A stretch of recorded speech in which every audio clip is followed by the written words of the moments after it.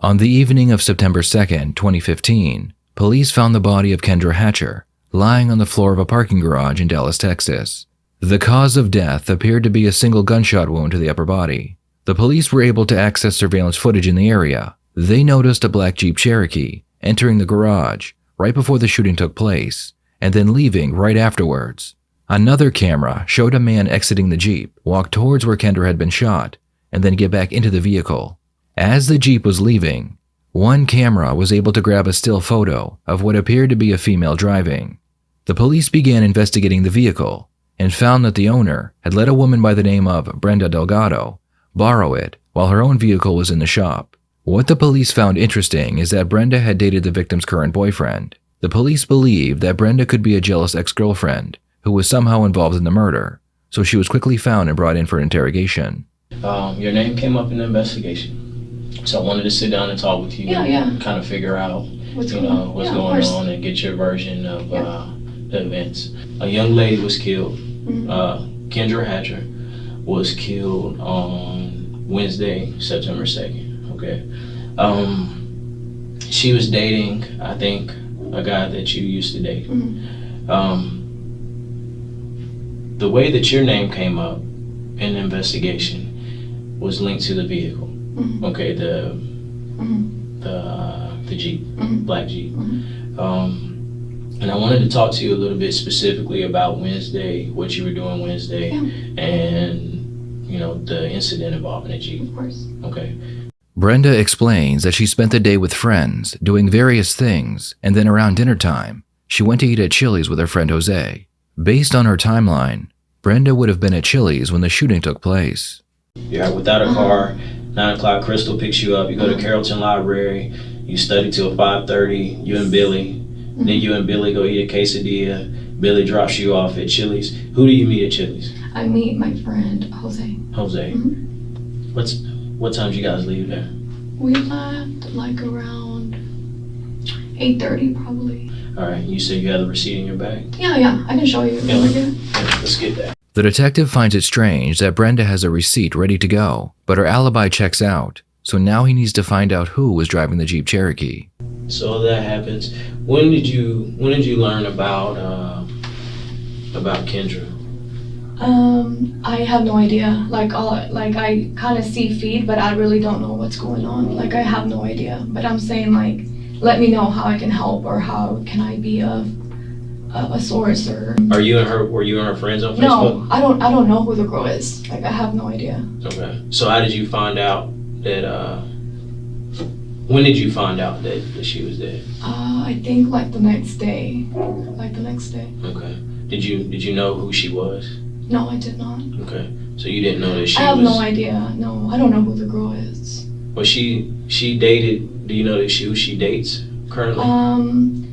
I just got a message from my friend, my Ricky, and then he just I didn't see it till the next morning. Okay. But he was just hey, he was just very sad. I have no idea who as far as who he was seeing, as far as we broke up a year ago, so we just become friends. We're just really close friends. That's it. Okay.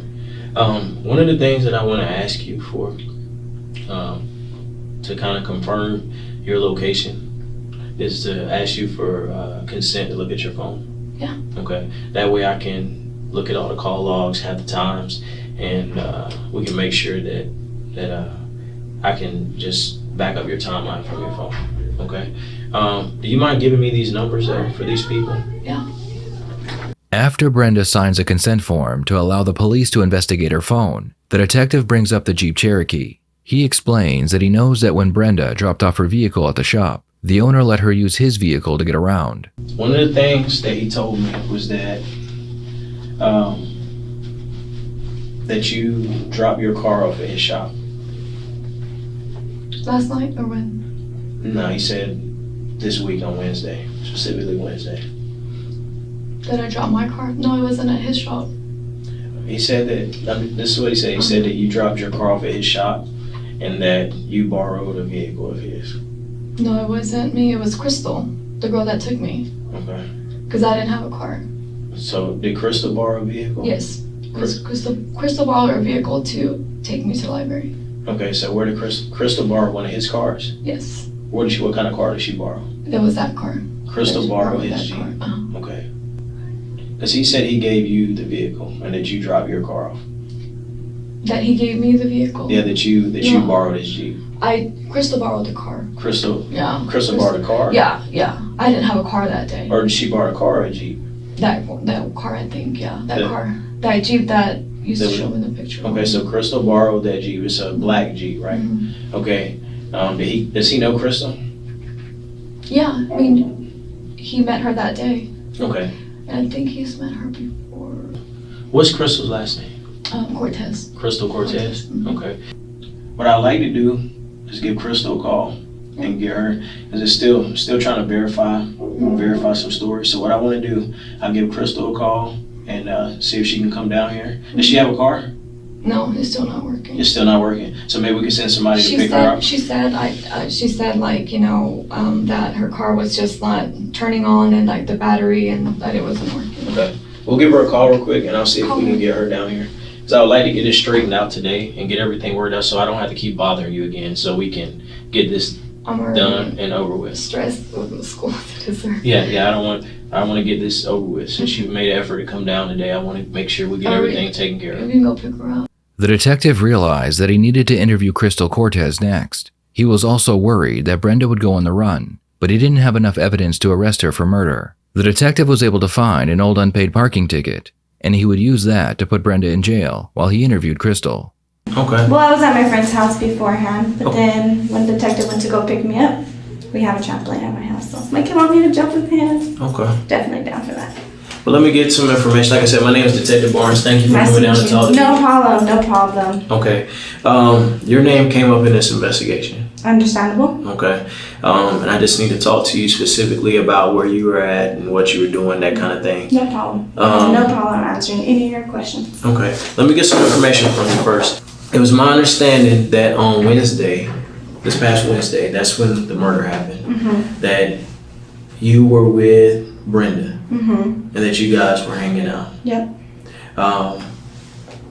Can you tell me a little bit about what happened on Wednesday? I have a car. My car is breaking down. Well, it already broke down. We just asked a friend if we can use this vehicle. He said, yeah, I needed to go get my son from school. And Brenda needed to go study. So. And what day is this? Wednesday. Wednesday. All right. What time is all this happening? After school, Ivy gets out like around 3 o'clock. Okay. And then afterwards, my son wanted to go to the park. So I thought, okay, fine, we'll go to the park. And he lives downtown, so yes, I was in downtown at that time frame. Yes, I was in the parking lot at the time frame. However, since my son was in the back, I already knew I previously worked in that building because of TXU. So there's a guy named Donnie, I don't know if he's still there. The reason I parked in that garage, or I was gonna park because I didn't park at all, was because I knew that there was free parking. Across the street, there's, I wanna say like a restaurant, and then there's parking. Well, you have to pay $5. Since I don't have a job, I'm not employed right now, I don't have money. I previously knew, you know, go in the gates, they won't say nothing, come out, nothing will happen. So I was going in, and right there on St. Paul, right? St. Paul? There's a park right there. I wanted to take my son right there. It was kind of already late, so I knew we weren't gonna stay long. And I told him, we're not gonna stay long. Went in there was no parking, so I came out. I went back up to go look upstairs for parking. I didn't see anything. When I was up there, I heard a shot. Pow. I have my son in the back. So I said, no, you know what? Let me get out. I'm coming out. There's a guy running with a mask right in front of me. He stops, he looks dead at me, and I'm just like, horrid. I'm shaking, literally, at this point, because I have my son in the back. So he looks dead at me. I heard the gunshot. What did he look like? I don't know, honestly. He had a mask on. He's kind of tall build. I'm sure. Do you know what he was wearing? Black shirt, I want to say, black or blue shirt, black or blue pants, and it's kind of dark. I have my son. My only concern was getting out there. Did you see his gun? A black one. I don't. He had a brown purse. I just know that he had a brown purse. My concern, I don't want myself or my son to come out in danger. Right. And I was telling Brenda, I just walked in, I went in and came back out. I didn't do anything. Okay. I'm nervous for my son. He got a good look at me. He looked dead at my face, and I didn't know what to do. What did you do after that? After you left? After I left, I went to go pick up Brenda, and I told Brenda, I was like, somebody looked at me. I don't want to say anything. I don't know how it's gonna come about. Crystal confirms that she was in the parking garage when the incident took place, but only because she was in the wrong place at the wrong time. She even claims she saw a tall male holding a purse on her way out. Crystal's statement contradicts what was caught on camera, so the detective is about to call her out for her lies. Are you aware that I've been talking to Luis today? Who's Luis? That's the guy that owns the truck. Oh, okay. That's how I ended up working my way back to you. Okay, I see. Okay. Before I knew any of that, I knew that the truck was at my crime scene because there are cameras inside this garage. Right. Okay. Right. So after I talked to Luis, I ended up talking to Brenda. Okay. After I talked to Brenda, my partner went to go pick you up. Mm-hmm. Okay. This is the thing. Okay. I know that maybe you're nervous. Maybe you're a little anxious about this investigation. The most important thing that you can do for yourself and for your kid is to tell the truth. Okay? This is where we're at with this investigation. I know what happened. Okay? I'm fully aware of what happened, and I know where you were parked at when this incident happened. Okay, I wasn't parked though. Okay? That is on video. It is on video. Where was I parked then? Because next to a red car. I'm not here to try to pull your leg. I'm not here to try to bullshit you. This is very serious. I understand. Okay? And you in the position that I don't want you to fall in.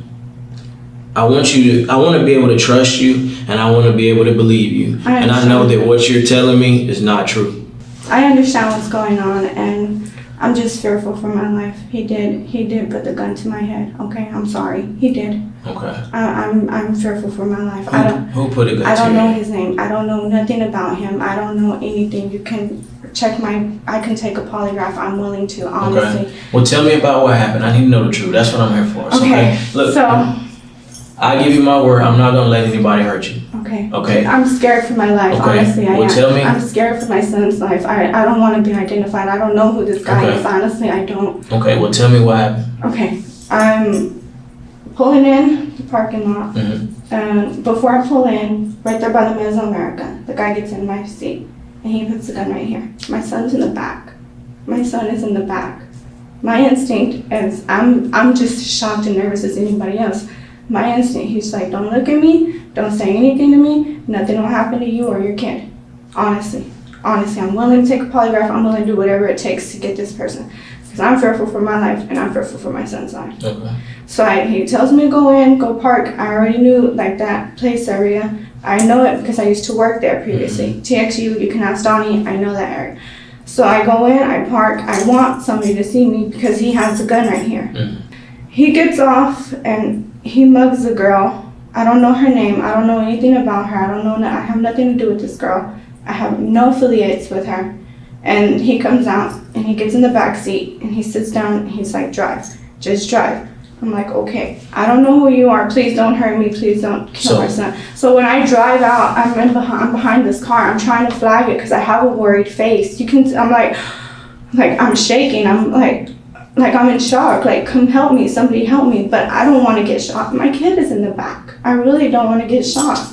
This guy looked dead at me. He knows exactly what I look like. He says, I know exactly what your tattoos look like. I know if you say anything, I'm going to come and get you. I don't know what his name is. I don't know anything about him. So where'd you go after you leave the garage? He told me to go hit 45. I booked it and I dropped him off and that was it. I called it a day. I don't want nothing to do with this. You dropped him off where? Right there by 45 in Illinois. The detective knows there are big issues with Crystal's story.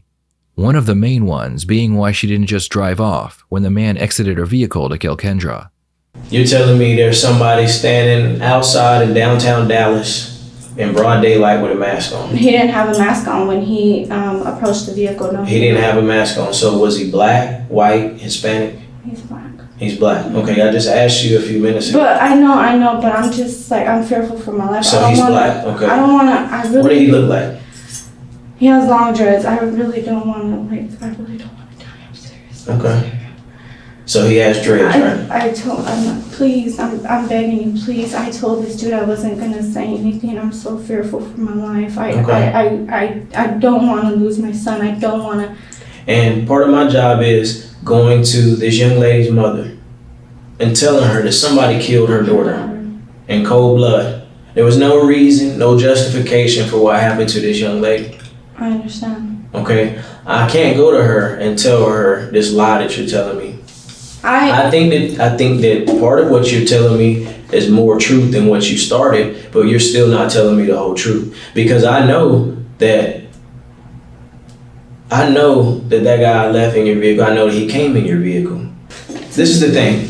You want me to believe what you're telling me, right? No, Hold on a second. Hold on a second. You want me to believe what you're telling me. You want me to believe that some guy hops in your truck and you don't know what's going on. Do you know who that young lady is that got killed? No, I don't know. You don't know who she is? No. That's Brenda's ex-boyfriend's girlfriend. Okay, and I've been talking to her today before you got down here. You need to make some decisions right now. You need to decide if you love your son the way you say you love your son, then you need to tell the truth. I'm telling you. No, you're not. I didn't. This is what's gonna happen. And I drove out. I honestly did, but I did not let this guy touch the steering wheel at all. I'm telling you. This is what's gonna happen. I'm about to be done talking to you. I understand. I'm about to be done, and I don't want that to happen because I don't think you understand what's going on here. I do understand what's going on. I'm trying to give you everything. You were inside a vehicle that was used in a murder. Why didn't you call 911 once you found out this happened? Because I didn't know it was on the news until yesterday that I found out. I mean, you knew somebody got shot? I'm scared for my life. So what did this guy, once he goes over, what does he get back in your vehicle with? He gets back in on the passenger side. What does he get in with? Her purse. What else? And the gun. You were not in any panic. Not one time did you honk your horn. Not one time did you flash your lights. Not one time did you make any motions for anybody to try to help you. I understand. You pull into an enclosed space, into a parking garage, and you expect for me to believe. I'm telling you right now, I don't believe this bullshit. You're telling me that you pulled in this garage into a cage and to sit here with a guy pointing a gun at you and your baby, and you think I'm gonna believe that? Nobody will believe that. Me or anybody else that hears this. I understand. Nobody is gonna believe that. I understand. I understand completely. But like I said, I don't have anything. You can polygraph me. You can test me. You keep talking about a polygraph, and you said that earlier. And if I would have polygraphed you then, you would have failed because you were lying, and you're lying now. Okay, I understand. When you came in, you came in here lying to me. I didn't lie at all. You came in here lying. I have nothing to hide. I really don't. You came in. I want to help you guys with everything. Honestly, I do. You say that? No, I do. You say that? I do. But do you understand that you were driving a vehicle that was used in a murder? I do understand. Do you understand that? Jail for that. Do you understand that there is more to this story? I understand that. I know that there's more to the story. You have plenty of time. If this guy is robbing you, you have plenty of time to get out of there with your son in the back. And I do. There is no way in hell that this guy is going to get back in your car. Because what is the first thing you're going to do if somebody gets out of your car that's a threat to you? What is the first thing you're going to do once they get out? The only thing I can think of. You're going to lock the doors. Those doors were not locked. No, I can't. Those doors were not locked. No, they weren't. No. They were not locked. And you had plenty of time to back out. What you did, you waited for him to get back in this car. You waited for him. Okay, yes, I did. You waited for him. I didn't want. He said he knows where I live. He said he knows me. This is not gonna work. I understand. Young lady, you don't understand. Whoever you're protecting is not more important than your son. That is not a decision I can make for you. Right. I need to know who he is. I don't know his name, honestly. I need to know what you were doing there, because you still haven't told me what you were doing there. This lady was not picked out randomly. The pieces of the puzzle are starting to come together, and what the detective needs now is to get Crystal to tell him the truth. If she won't confess, at the very least, he needs the name of the man who shot and killed Kendra. What I want to know from you is why. I want to know why this happened. And it is very important for you. I want you to understand that this day is a very important day for you. This meeting that me and you are having right now is very important. At 23, I don't know if I would have understood how important this conversation that me and you are having. That's what I'm trying to tell you. I may sound upset with you. It may come out like that, but I'm not upset. I'm more pleading with you than anything else. This is a very important day for you. Yeah, it is. It very much is. Very important. Yeah. Because what happened to this lady shouldn't have happened to this lady. But this moment right now, it's not about her. It's not about Brenda. This is about you. Okay. What is your son's name? Ivan Cortez. Okay. Do you love Ivan? Yes, I do. Then you need to tell me the truth. They were just gonna jack her. That's it. He was just gonna jack her. That's it. I don't know this dude. I really don't know him, honestly. He was just gonna go in and take her purse. That was all he was gonna do. Who was it? Some guy we picked up. Who? Me and my son. I was in the back with my son. Okay. Brenda just told me he was just supposed to take her purse. And things escalated from there. Okay, what happened? I don't know. I like I said, I drove in. Uh-huh. I parked. And I had my son in the back. I know I did. He was just supposed to take her purse and leave. I didn't know he had a gun, honestly, until at the end. So how did you know to go to pick him up in Oak Cliff? How did I know to go and pick him up? Yeah, how did you know where to pick him up at? I didn't know. We just found the guy on the street. Just some random guy? Yeah, we paid him. Who? Some random guy. We paid him. Who was we? Me and my son, because it was just me and my son in the car. Okay, so you paid him. Yeah, because Brenda just wanted me to have him take her purse. That's it. Okay. So, Like, what was her beef with this girl? I think that they were going back and forth between the same guy. I think that's what happened. And she just wanted to take her purse and that was it. I honestly didn't know the dude had a gun. I didn't know anything about it. Okay. I know I'm an accomplice. I know I've done I'm not concerned with that part of it. I'm just glad that you're telling me some of the truth now. But it's the whole truth. I'm telling you the whole truth. So when did this plan go down for all this to happen? Just Tuesday night. She just said, go pick up a guy around this guy and just have him steal her purse and that's it. She wanted you to take her purse? She wanted me to do it. How much was she gonna pay you for doing that? $500 just to take her purse. So you let some guy that you don't know is willing to go do a robbery and then you got your baby in the backseat. Yeah, I know. I feel like a bad person. And that's why I didn't want to do anything. I told her I looked like I'm nervous because I didn't know he was going to shoot her. I didn't know. Crystal now claims that Brenda paid her $500 to find a man who would be willing to steal Kendra's purse. Brenda told Crystal she wanted to get more information about her ex's new girlfriend. The detective believes that most of what Crystal is saying is true, except he believes the two females hired the unknown man to kill Kendra, not to steal her purse. The detective decides to allow another, more aggressive detective to try and get Crystal to confess. I'm going to ask you one more time, okay? I'm tired of the lies. You're only hurting yourself. You're only hurting your kids, okay? Your son's not confirming what you're saying. So if he was asleep, he was asleep. But this is bullshit. This is lies. You tried to hide this. You got paid. And I want to know the truth right now. Who is the guy? The guy is someone she contracted. What is his name? I know him by Lamar. That's honestly what I know him by. What else is his name? I don't know what else could his name be. I don't know. She's the one that contracted him. She's the one that told me everything. She told me how to go about it. She's the one. But before you were saying that. I've seen him in the hood. Yes, I have. Okay, I've seen him. before you were saying I went to school that with him. she told him everything and gave him everything. And then you're back to she told you the license plate. So which is it? Because you've gone from one to the other to back again. Okay, because we both know the license plate number at this point. And the vehicle, we both know. We already know what the car looks like. And I swear, I didn't know he had a gun. I didn't even know it was supposed to be. Did she show you a picture of her? Of the girl? Yes. No, I didn't see a picture of her until after it came on the news. I didn't even know what the girl looked like, honestly. You agreed to go rob this person. I did, honestly. That makes you a part of it all. No matter what happens, that makes you a part of it. You're responsible. I understand. Apparently you don't. No, I don't. You think we're playing games No, with I'm you. not. I know you're not playing no games with me. I know you're not. I really know you're not. I really know that I'm looking about life in jail. I do know that. And I don't want to go to jail. I really don't have... Well, you should have thought about that before you agreed to go do something for money. Crystal, I've been listening to what you've been saying. Earlier when she was asking you about Lamar, you said you went to school with him? Yeah, but that's not true. I didn't go to school with him, and I'm sorry. I've been lying to you guys the whole time. Who is this guy? Who is this shooter?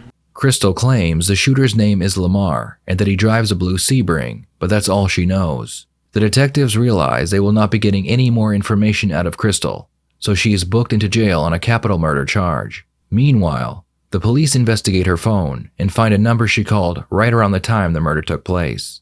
The number is tracked and leads police to an apartment building where a blue Sebring is parked right out front. The vehicle belongs to Christopher Love, who was immediately brought in for an interrogation. I'm working a murder investigation, and the whole reason that I had you here waiting this long is that I needed to sit down with you and talk to you, okay? Your name came up during the investigation, okay? Right now, you are not under arrest for murder, okay? You are not, but your name has come up, and so I need to speak with you in regards to this murder, and if you weren't involved in it, if you were involved, those are the things that I'm trying to determine. If you were somewhere else, I need to figure out where you were at and get information as far as what, some that will put you somewhere else. So where this happening? Over here where I was at? No, I'll tell you all about it. Let me get through this first. There was a dentist that was killed. A dentist? A dentist. Female dentist, white female named Kendra Hatcher. Was killed in a parking garage. That got anything to do with me. Okay. I don't even know where this at. Like, I don't even know my way around to even know. Okay. I know my way around GPS, but find some shit like that. So I know I ain't have no, I know I didn't murder nobody. So there's not no white dentist. Okay. I don't got nothing to do with that. If it was a black dentist? Black dentist, white dentist, I ain't murdered nobody. I know I ain't did that. Whatever was going on, however my name got it, I know I ain't did that, bro. Okay. You can go check though. I was at home probably 9 times out of 10. Cause it was 7 o'clock at night. I probably was at home with my kids. I ain't got nobody else to watch them. My girl got aunties and shit, but they wouldn't have your kids. Nah, I got them. Okay. Everybody in the neighborhood know that I ain't gonna have my kids. I didn't do it, so I wish I didn't know who did it. Would you tell me? Yeah, I'll tell you if I knew who did it. Well, what I'm interested in, cause I ain't in it. So shit. What I'm interested in is how your phone number would end up in these girls' phones. I ain't no telling. Probably weed. The detectives spend the next hour talking with Christopher and showing him all the evidence they have against him. Most of the evidence is circumstantial, but the detectives make it appear as if they have more. Right now, they know that Brenda paid her parking ticket and was released from their custody, and she immediately fled to Mexico. Without Christopher's confession, they can't issue a warrant for her arrest and have her extradited back to America.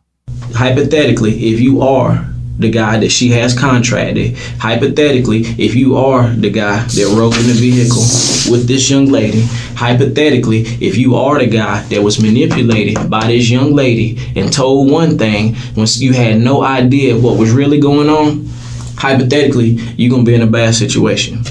Okay, my job as a detective is not to come and put cases on somebody that's innocent. I go above and beyond to make sure that I don't put somebody in jail. It's important to me that I don't put the wrong person in jail. I can't sleep at night if I put the wrong person in jail. So I've gone above and beyond investigating this young lady, investigating all the names that have been associated with this offense. To the young man that is involved in this, that happened to pull the trigger, that happened to kill this young lady, I feel sorry for him. I feel sorry for his family. I don't feel sorry for him because he killed a young lady, because he still did it. But I feel sorry for him because he wasn't given all the truth at the time when he committed it. That somebody pulled the wool over his eyes. There is no cartel tied in this. There is no cartel. And I guess you figured since Brenda is is out of town on the run, trust me, she ain't far from being where you at in this room. You said she would? On the go, out of town. Oh, you trying to say she on the run? Yeah, she on the go. We'll keep it real. Don't sit here and lie to you and say, oh yeah, she's at home. I don't know The nothing. motherfucker's on the go because she knows she done put some shit in motion in which she hoping that you don't talk. She hoping that y'all don't say anything because it won't lead back to her. But then she got a game plan is if it does lead back to her, she gonna deflect it like she did with this young lady who's already in jail. How you think we end up getting that lady, that girl? Brenda. Brenda had a plan. And honestly, I admire Brenda because she thought shit out before she put it in play. She sat down and she planned it to a T so this shit would not come back on her. And I don't think some of the shit that unraveled, I don't think she realized she wasn't planning for it to go that way. But she set this shit up so sweet so to a point where you can mention her name, but she said everything together where it would never come back to her. She thought she was a mouse. She thought. So what y'all need is the killer to get her. Well, basically, the killer gonna get her. Yeah, the killer gonna get her. Or the killer just gonna get all of it itself. Yeah. Basically. Even though the killer acted out the crime, but who got the ball started? If this main person would have never put it in play, none of this would have happened. Mm-hmm. So you can look at it as in two phases. You can look at it as the killer is the killer. He's the primary responsible for this lady dying. You can look at it that way. His ass should be thrown under the bus. And then you can look at it as, well, if the killer never got this information in order to do this, we would never be talking about this. After hours of interrogation, the detective's hard work finally pays off, and Christopher begins talking. What were you told? What did she tell you? She didn't tell me shit, really. It was just like, go take this for the cartel and I'm gonna pay you. All I did was snatch the lady purse, and she started fighting me, so I wasn't my call shot her. Crystal. Okay. I just jumped in the back seat and we left.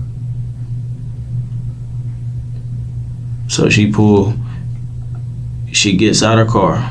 You jumped out to snatch her purse? Yeah. I did snatch it. I was promised a lot of drugs to take an ID, in which I couldn't go in a purse and get an ID, so I took the whole thing. I ain't know the lady was gonna jump out jumping on me and shit.